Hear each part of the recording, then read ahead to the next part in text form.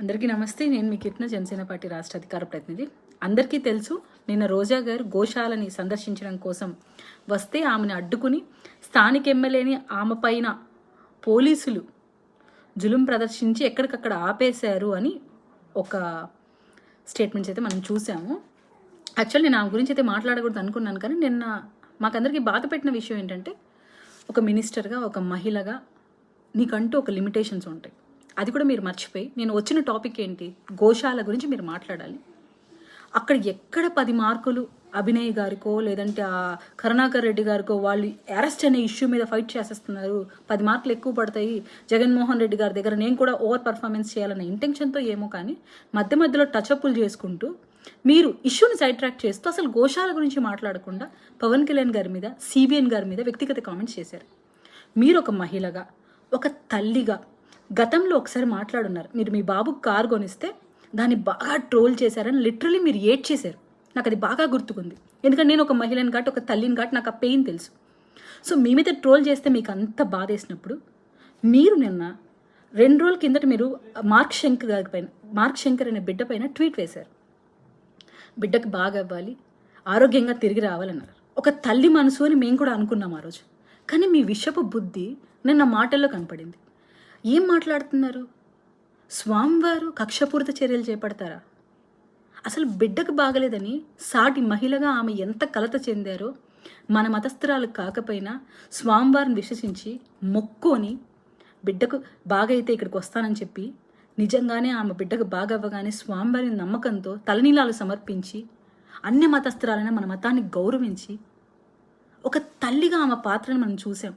మీరు ఒక తల్లిగా మీ బిడ్డకి మీద కార్ అనే ట్రోలింగ్ వస్తేనే అంత బాధేస్తే, ఈరోజు మార్క్ శంకర్ పైన మీరు చేసిన స్టేట్మెంట్స్ ఏంటి రోజా గారు?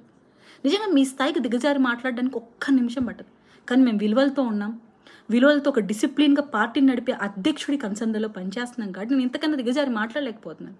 స్వామివారు కక్షపూరిత చర్యలు చేపడతారా? అసలు బిడ్డకు బాగలేదని సాటి మహిళగా ఆమె ఎంత కలత చెందారో, మన మతస్థురాలు కాకపోయినా స్వామివారిని విశ్వసించి మొక్కుని బిడ్డకు బాగైతే ఇక్కడికి వస్తానని చెప్పి, నిజంగానే ఆమె బిడ్డకు బాగా అవ్వగానే స్వామివారి నమ్మకంతో తలనీలాలు సమర్పించి, అన్య మతస్థురాలైన మన మతాన్ని గౌరవించి ఒక తల్లిగా ఆమె పాత్రను మనం చూసాం.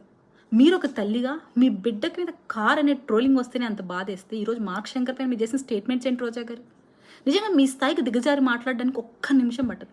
కానీ మేము విలువలతో ఉన్నాం, విలువలతో ఒక డిసిప్లిన్గా పార్టీని నడిపే అధ్యక్షుడి కన్సందలో పనిచేస్తున్నాం కాబట్టి నేను ఇంతకన్నా దిగజారి మాట్లాడలేకపోతున్నాను. అప్పుడు నేను అనాలనా, గత ప్రభుత్వంలో ఏ మినిస్టర్, ఏ ఎమ్మెల్యే అనుభవించిన ప్రోటోకాల్ మీరే ఎక్కువగా వినియోగించుకున్నారు. మరి ముఖ్యంగా మీ ఫోటోగ్రాఫర్ మెళ్ళో సిలువ ఉన్నా అది మీరు గమనించారా లేదా నాకు తెలియదు, కానీ ఆ అబ్బాయి సాక్షాత్ స్వామివారు బయట వచ్చి కెమెరా పట్టుకొని తిరుగుతున్నాడు. అప్పుడు ఆ తప్పిదం వల్లే మీరు ఘోర పరాపజయం పొందారని నేను చెప్పగలుగుతానా? లేదు, మీ అధ్యక్షుడు ఏకంగా స్వామివారి సెట్నే వాళ్ళ భార్య కోసం తాడేపల్లి ప్యాలెస్లో వేయించుకున్నాడు. ఆ సెట్ వేసినందుకే షెడ్ మూసుకొని పోయాడని నేను చెప్పగలుగుతానా? అమరావతి రైతుల కన్నీరు, ఆక్రందనే మీ నాశనానికి కారణమైందని చెప్పమంటారా? అసలు ఇటువంటి అన్నెసరీ కామెంట్స్ మనం ఎందుకు చేస్తున్నాం? మనం ఏ ఇష్యూ కోసం ఫైట్ చేయని వచ్చాం, అది కదా మాట్లాడాలి. ఒక మహిళగా, ఒక పార్టీ నుంచి మీరు ఒక రిప్రజెంటేషన్ ఇచ్చేటప్పుడు ఇంకిత జ్ఞానం కూడా లేకోకుండా ఇంత దిగజారుడు మాటలు ఎలా మాట్లాడతారు? మీ నాయకుడు మిమ్మల్ని ఎలా ప్రోత్సహిస్తున్నారు? 2 రోజులు టోర్మెంటరీ అవ్వాలని చెప్పి మీరు ఎంతకైనా దిగజారుతారా? అంటే టీవీల్లో మీరే ఫోకస్డ్గా కనిపించాలి, మీరు బయట వస్తే ఆ సెన్సేషన్ అవ్వాలి, దానికోసం ఎంత ట్రోలింగ్ చేయించుకోవడానికి సిద్ధపడతారా? పసిబిడ్డలతో కూడా రాజకీయం చేస్తారు. నిజంగా మీలాంటి మహిళలు రాజకీయాల్లో ఉండకూడదని కోరుకునే వాళ్ళు మొదటి స్థానంలో ఉంటారు. షేమ్ ఆన్ యూ రోజా గారు, సీరియస్లీ షేమ్ ఆన్ యూ. జై జనసేన, జై హింద్.